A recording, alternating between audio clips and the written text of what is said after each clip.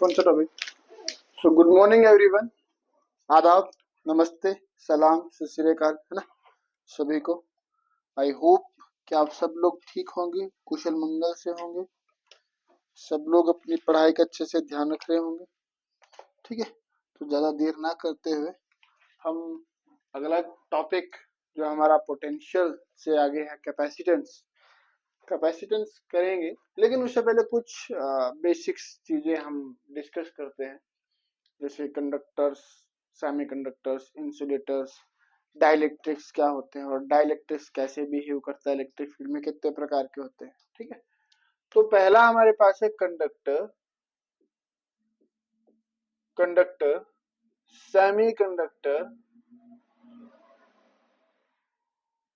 Semiconductors and insulators. Sir ये तीन चीजें क्या है? ज्यादा डीप ना जाते हुए हर किसी को पता होगा, हमारे पास according to valence band theory, के तहत हमारे पास कितने बैंड होते हैं? दो बैंड। एक होता है हमारे पास conduction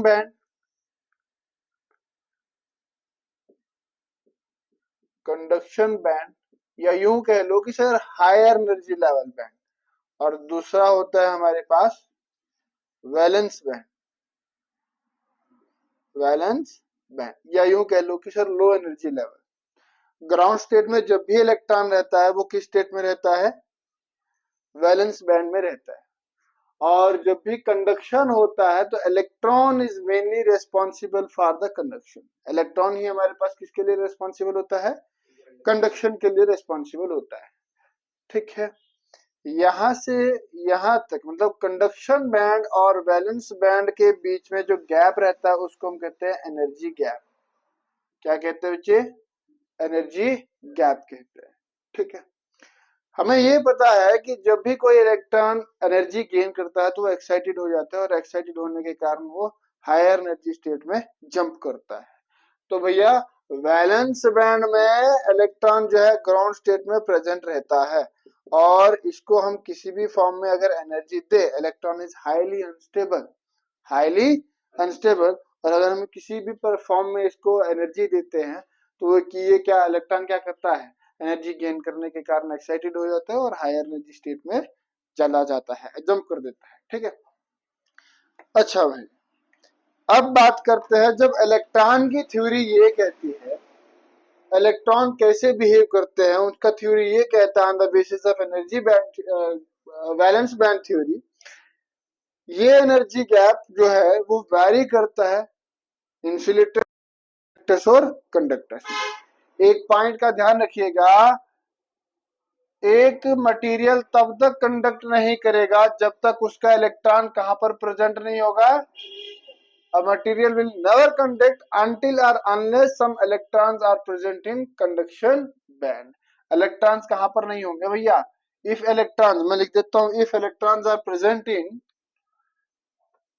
if electrons are present in conduction band, अगर इलेक्ट्रॉन्स कहां पर है? कंडक्शन बैंड में है, देन मटेरियल विल कंडक्ट,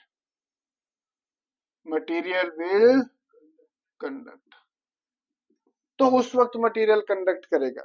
अगर इलेक्ट्रॉन कंडक्शन बैंड में नहीं है तो मटेरियल कंडक्ट नहीं करेगा। वो किसी भी कारणवश हो सकता है कि एनर्जी गैप ज्यादा हो, या फिर हमारे पास इलेक्ट्रॉन ने इतना एनर्जी गेन किया कि वो एनर्जी सफिशिएंट नहीं था कंडक्शन बैंड में पहुंचने के लिए।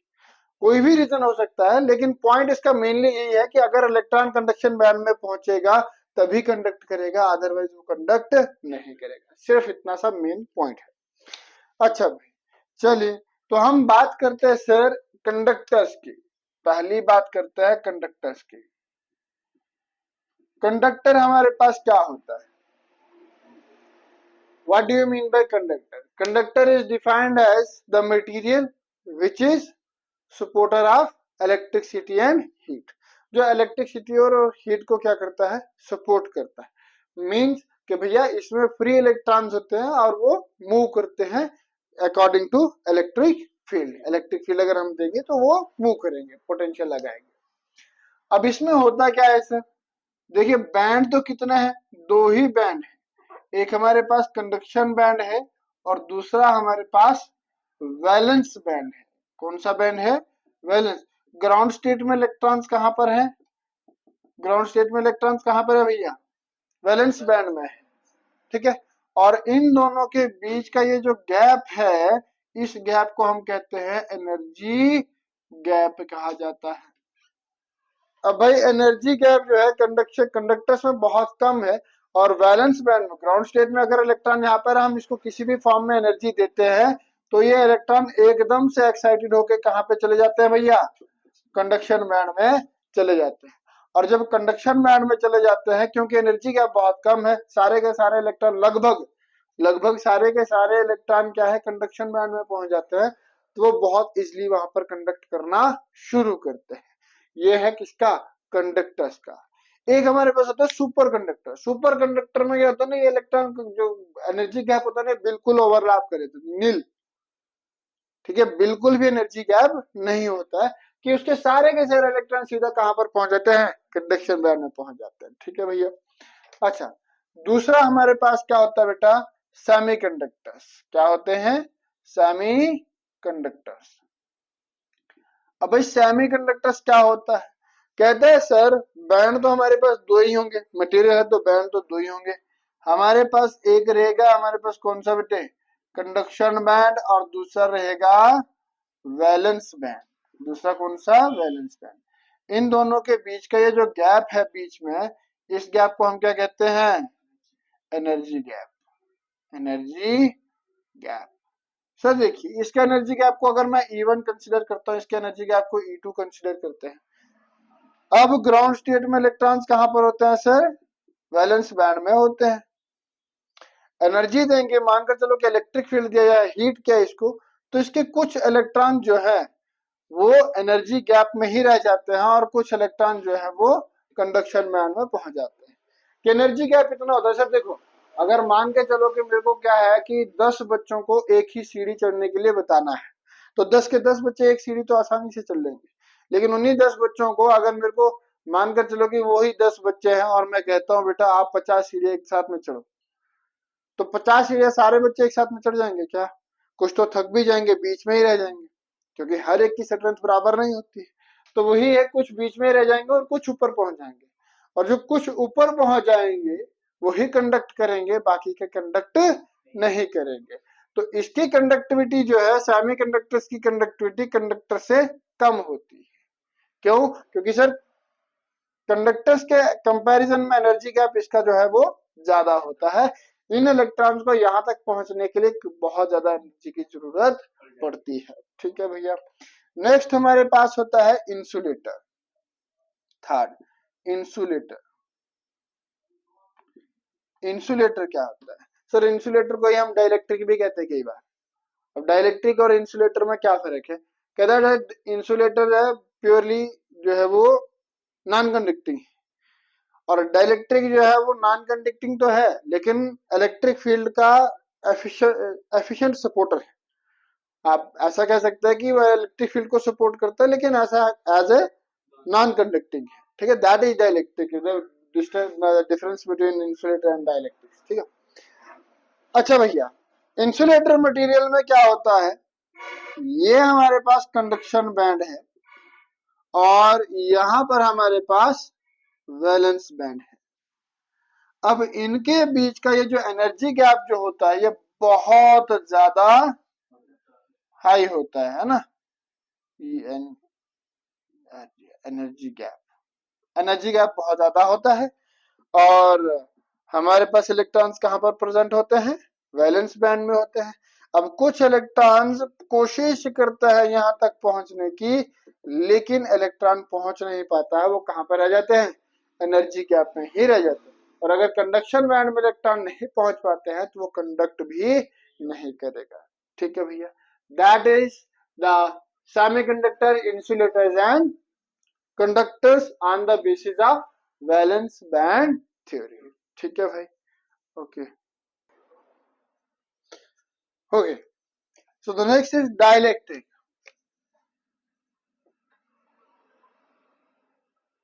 सर डाइलेक्ट्रिक क्या होता है? मैंने अभी कहा कि इंसुलेटर्स को ही हम डाइलेक्ट्रिक्स कहते हैं. सो डाइलेक्ट्रिक इज अ मीडियम या मटेरियल जो है, dielectric material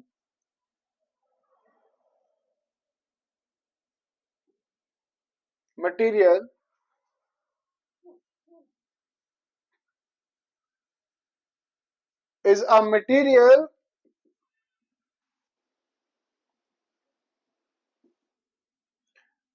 which is bad conductor of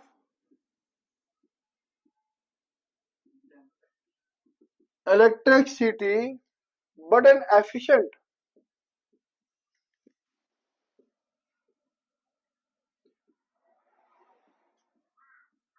supporter of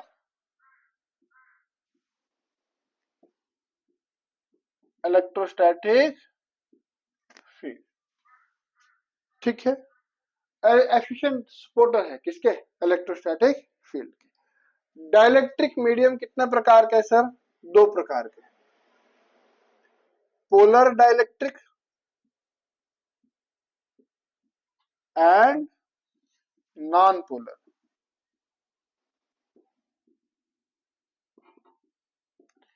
polar dielectric and non polar dielectric. अब सर पोलर डाइलेक्ट्रिक क्या होते हैं? पोलर डाइलेक्ट्रिक वो होते हैं जिनका पॉजिटिव चार्ज सेंटर और नेगेटिव चार्ज सेंटर जो है वो कोइंसाइड नहीं करता है.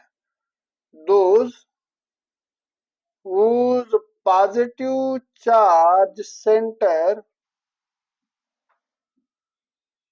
and negative charge center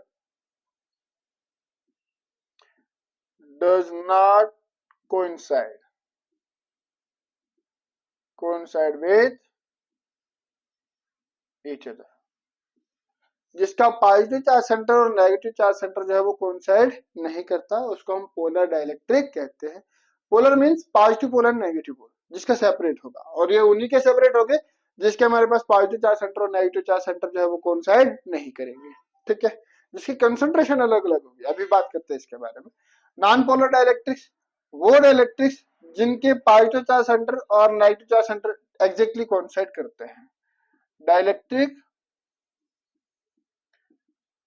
whose positive charge center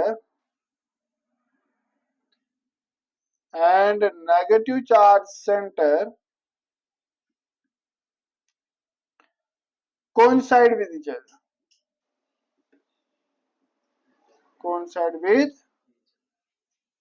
other. For example अगर मैं यहां पर बात करूं तो सर पोलर डाइलेक्ट्रिक क्या है? HCl, H positive Cl negative है ना. अगर HCl के मॉलिक्यूल को हम देखें तो H पॉजिटिव की कंसंट्रेशन एक तरफ होगी और नेगेटिव की कंसंट्रेशन एक तरफ होगी. आयनिक बांड है ना. उसके बाद हम अगर बात करें H2O, H partially positive and OH partially negative होता है ना, हाइड्रोजन बॉन्ड जिसको हम कहते हैं. ठीक है, ये पार्शली नेगेटिव और ये पार्शली पॉजिटिव. पोल्स अलग अलग है. कहने का अभिप्राय ये है भाई, इसको भी छोड़ो यार. देखो क्या है ना कि मानकर चलो ये न्यूक्लियस है. एटॉमिक नंबर के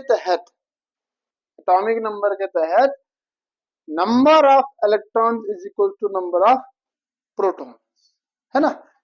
नंबर ऑफ इलेक्ट्रॉन और नंबर ऑफ प्रोटॉन जो होंगे वो बराबर होंगे. अब भाई मैं कह देता हूं कि सपोज दैट एक एटम है जिसका एटॉमिक नंबर 12-13 है. 12-13 किसका एटॉमिक नंबर है? 12 किसका है? 11 किसका है? हाँ, 10 किसका है? 9, 8. ठीक है, चलो मान के चलो कि ऑक्सीजन एटम ही है. कौन सा है? Oxygen atom. इसके 8 इलेक्ट्रॉन्स होंगे और 8 प्रोटॉन्स जो होंगे वो कहां पर होंगे? Inside the nucleus. अब वो न्यूक्लियस से बाहर नहीं निकल सकते, क्यों? क्योंकि because they are held with SNF, the strongest force in the nature. बाहर आना जाना किसका लगा रहता है? इलेक्ट्रॉन्स का ही लगा रहता है। इलेक्ट्रॉन्स की वजह से ही पॉजिटिव चार्ज भी आता है, इलेक्ट्रॉन की वजह से ही नेगेटिव चार्ज भी आता है। अब भाई अगर इसके पास 8 इलेक्ट्रॉन्स हैं तो वो 8 के 8 इलेक्ट्रॉन्स जो होंगे ना, वो कुछ इस तरह से डिस्ट्रीब्यूट होंगे कि उनका सबका नेगेटिव चार्ज जो होगा वो किसी एक सेंटर में लाई करेगा, और that centre will be lie at the nucleus. कहां पर होगा? न्यूक्लियस के पास में होगा। तो भाई हम कह सकते हैं कि पॉजिटिव चार्ज सेंटर और नेगेटिव चार्ज सेंटर जो है बिल्कुल एक ही पॉइंट पर लाई कर रहा है, तो उसे हम क्या कहेंगे? हम कहेंगे उसको नॉन पोलर। क्या कहेंगे उसको? Non polar. ये मैंने इस साइड बना दिया। अगर पॉजिटिव चार्ज सेंटर और नेगेटिव चार्ज सेंटर एक ही पॉइंट पे लाई किया तो वो कौन सा होगा? Non polar. अगर कुछ ऐसा है, देखो अब मान कर चलो कि ऑक्सीजन एटम ही है, इसके 5 इलेक्ट्रॉन्स इस तरफ है और बाकी के बचे 3 इलेक्ट्रॉन्स इस तरफ है, तो नेगेटिव चार्ज डेंसिटी किस तरफ ज्यादा है? इस तरफ ज्यादा है, क्योंकि इस तरफ कितने इलेक्ट्रॉन्स हैं? 5 है। तो इस तरफ क्या है? Deficiency of electrons. तो इस तरफ किसकी डेंसिटी ज्यादा होगी? Positive charge density. तो नेगेटिव चार्ज इस तरफ आया और पॉजिटिव चार्ज इस तरफ। तो ये नेगेटिव चार्ज और पॉजिटिव चार्ज डेंसिटी एक ही पॉइंट पर है। एक ही एटम के दोनों चार्ज क्या है? अलग अलग हो रहे हैं। तो जब अलग अलग हो रहे हैं तो पोल्स बन रहे हैं, और इसी को हम कहते हैं पोलर डाइलेक्ट्रिक कहते हैं। ठीक है भैया। अब दूसरा हमारे पास मान के चलो कि ऑक्सीजन ही है, चलो यही ऑक्सीजन ही है।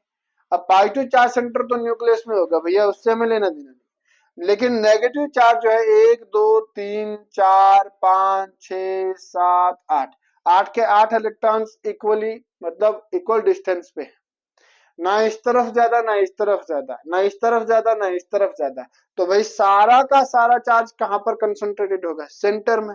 तो नेगेटिव चार्ज सेंटर में कंसंट्रेटेड है और पॉजिटिव चार्ज भी कहां पर कंसंट्रेटेड है? सेंटर में। होगा नहीं सेंटर में, कंसंट्रेटेड होगा, कोइंसाइड करेगा। सेंटर लिखा, इसीलिए क्या लिखा? Charge centre. होगा नहीं वो सेंटर में, लेकिन कंसंट्रेटेड होगा। Just like centre of mass, हमने लास्ट टाइम पढ़ा था ना। सेंटर ऑफ मास क्या होता है? एक ऐसा इमेजिनरी पॉइंट होता है जहां पर हम ये सपोज करते हैं कि पूरा का पूरा चार्ज जो है उसी पॉइंट पर कंसंट्रेटेड है ना। तो यहाँ पर भी हमारे पास क्या होगा? ये चार्ज होगा सेंटर में नहीं होगा, ये कंसंट्रेटेड होगा the centre at a certain point, at a certain point. अगर ऐसा है तो भैया इस केस में हमारे पास ना ही पॉजिटिव चार्ज सेपरेट होगा ना ही नेगेटिव चार्ज सेपरेट होगा। फॉर एग्जांपल अगर मैं बात करूं H2 मॉलिक्यूल की, तो H2 मॉलिक्यूल का जो बॉन्डिंग है कोवेलेंट बॉन्ड है, और भैया इसका नेगेटिव चार्ज जो है म्यूचुअल शेयरिंग के साथ बना है, और इसका पूरा का पूरा इन्फ्लुएंस कहां पर है? इन दोनों चार्जेस के सेंटर, इन दोनों एटम्स के सेंटर में। O2 मॉलिक्यूल की अगर हम बात करें तो O2 मॉलिक्यूल कितने बॉन्ड बनाता है? दो, है ना। तो दो डबल बॉन्ड, एक सिंगल बॉन्ड और एक पाई बॉन्ड, है ना, सिग्मा बॉन्ड और एक पाई बॉन्ड। दोनों चार्ज का जो लोकलाइज्ड और डिलोकलाइज्ड बॉन्ड है, लोकलाइज्ड बॉन्ड है सिग्मा बॉन्ड, है ना, तो वो भी सेंटर में होगा, और डिलोकलाइज्ड बॉन्ड वो पाई बॉन्ड है, उसका ऊपर से इन्फ्लुएंस रहेगा, लेकिन वो भी कहां पर रहेगा? सेंटर में ही रहेगा। ठीक है। तो अगर ऐसा है तो यहाँ पर भी ना ही ये हम नेगेटिव कह सकते हैं ना ही हम इसको पॉजिटिव कह सकते हैं, कि नेगेटिव पॉजिटिव अपीयर होगा O2 मॉलिक्यूल के अंदर? नहीं होगा ना। तो अगर नहीं होगा तो ये हमारे पास क्या है सर? नॉन पोलर डाइलेक्ट्रिक है। आई होप कि आपको क्लियर हुआ होगा polar and non polar dielectric क्या होते हैं। सर डाइलेक्ट्रिक तो पहली बात तो इंसुलेटिंग मटेरियल होते हैं, लेकिन ये इलेक्ट्रिक फील्ड को सपोर्ट करते हैं, सीधी सी बात। क्या है डाइलेक्ट्रिक? डाइलेक्ट्रिक हमारे पास है इंसुलेटिंग मटेरियल। इंसुलेटिंग मटेरियल में बैड कंडक्टर ऑफ इलेक्ट्रिसिटी, लेकिन इलेक्ट्रिक फील्ड को सपोर्ट करते हैं, इलेक्ट्रिक फील्ड को सपोर्ट करते हैं। डाइलेक्ट्रिक हमारे पास दो प्रकार के हैं, एक हमारे पास क्या हो गया पोलर डाइलेक्ट्रिक, और दूसरा हो गया हमारे पास नॉन पोलर। पोलर डाइलेक्ट्रिक वो सर जिसके पॉजिटिव चार्ज सेंटर और नेगेटिव चार्ज सेंटर सेंटर में नहीं होते हैं, कोइंसाइड नहीं करते, मतलब पॉजिटिव चार्ज एक तरफ होगा और नेगेटिव चार्ज एक तरफ होगा। अगर ऐसा है तो वो पोलर डाइलेक्ट्रिक है। अगर पॉजिटिव चार्ज सेंटर और नेगेटिव चार्ज सेंटर एक ही जगह पर है तो वो हमारे पास क्या है? नॉन पोलर डाइलेक्ट्रिक है। क्लियर है। नेक्स्ट हमारे पास है डाइलेक्ट्रिक कांस्टेंट। क्या है? Dielectric constant. So sir what do you mean by dielectric constant? Dielectric constant क्या है सर? ये है रेशियो। किसका रेशियो है? ये है रेशियो। और उनको भूलिए, रेशियो किसका है? चलो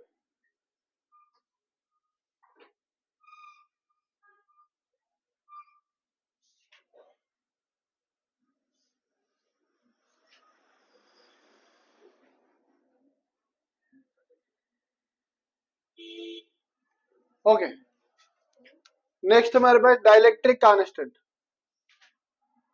dielectric constant, sir what do you mean by dielectric constant? Sir dielectric constant is represented by K and is given by ratio of F over F naught या Fm। यस एग्जैक्टली, F बटे में F naught। भाई F naught क्या है?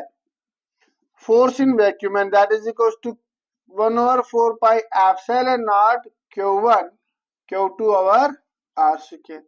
Fm क्या है sir? Force in medium 1 upon 4 pi epsilon m Q1 Q2 बटे में R स्क्वायर। अगर इन दोनों का रेशियो लेंगे तो K कितना आएगा सर? K आएगा हमारे पास कितना बेटा? F naught 1 over 4 pi epsilon naught Q1 Q2 बटे में R square divided by 1 over 4 pi epsilon naught Q1 Q2 over R square. This is not epsilon naught, epsilon. ठीक है, अगर इसको सॉल्व करेंगे तो K will become equals to 1 over 4 pi epsilon naught Q1 Q2 over R square into 4 pi epsilon naught R स्क्वायर over Q1 Q2 Q1 Q2 R square 4 pi खत्म। K will become equals to, ये क्या हो गया भाई? Epsilon m, epsilon m बटे में epsilon not. So dielectric constant is defined as the ratio of permittivity of